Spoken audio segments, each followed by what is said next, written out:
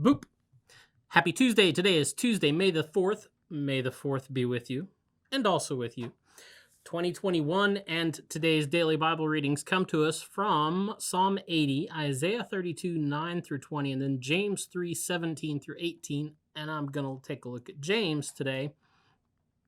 And not just because it's just two verses. Thank you very much. No, I want to talk about righteous wisdom, this idea of righteous wisdom. Because it's that time of year again. It's that time of year where people everywhere, it seems like, are graduating. And if you're on social media, you see posts about all kinds of graduations from like pre-K to like graduate school, postgraduate school. And we look at somebody who has graduated, right? And we say, wow, you sure have learned a lot, especially, the people that have the graduate degrees and postgraduate degrees. We say, wow, you've really learned a lot. But we don't necessarily jump out on a limb and call them wise, right? We don't necessarily say, oh, you're such wise people, because we reserve that term for particular individuals who have actually kind of proven that they are wise. And that's what gets me to this text today. And I'll just read the verses real quick. James says, but the wisdom from above is first pure, then peaceable, gentle, willing to yield, full of mercy and good fruits, without a trace of partiality or hypocrisy. And a harvest of righteousness is sown in peace for those who make peace.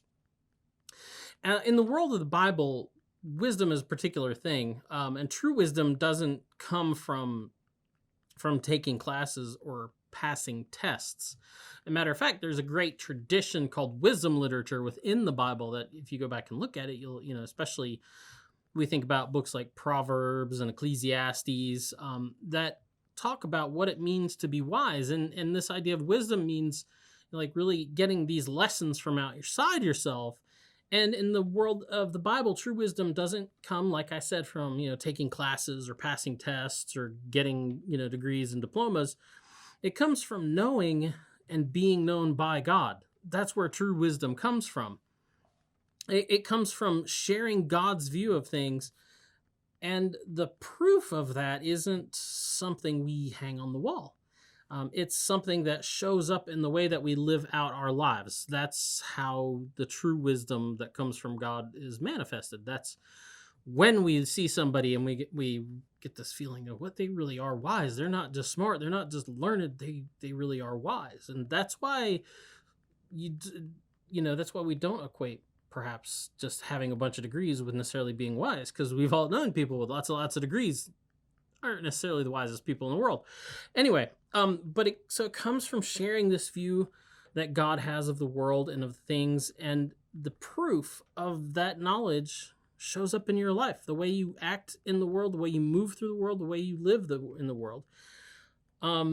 It's because knowing how God sees the world teaches us really invaluable lessons about ourselves and about our neighbors. And that knowledge bears out certain fruits, like James has listed here.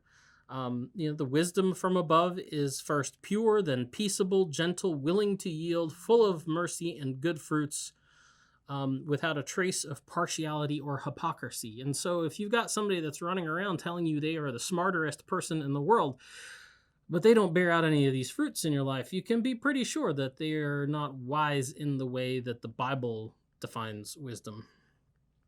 So that kind of wisdom, the wisdom that informs us about how God sees the world and sees us and sees our neighbors, manifests these fruits, and the harvest of that fruit and that wisdom is what James calls righteousness, right? And a harvest of righteousness is sown in peace for those who make peace. So, go out and be wise the way God would have you to be wise. Listen to Him. See the world the way He sees it. See yourself the way He sees you, and see your neighbor the way He sees them. And then maybe you can bear out this fruit and really be wise. Anyway, that's the DBR for today. We'll be back tomorrow. Have a good day. Boop.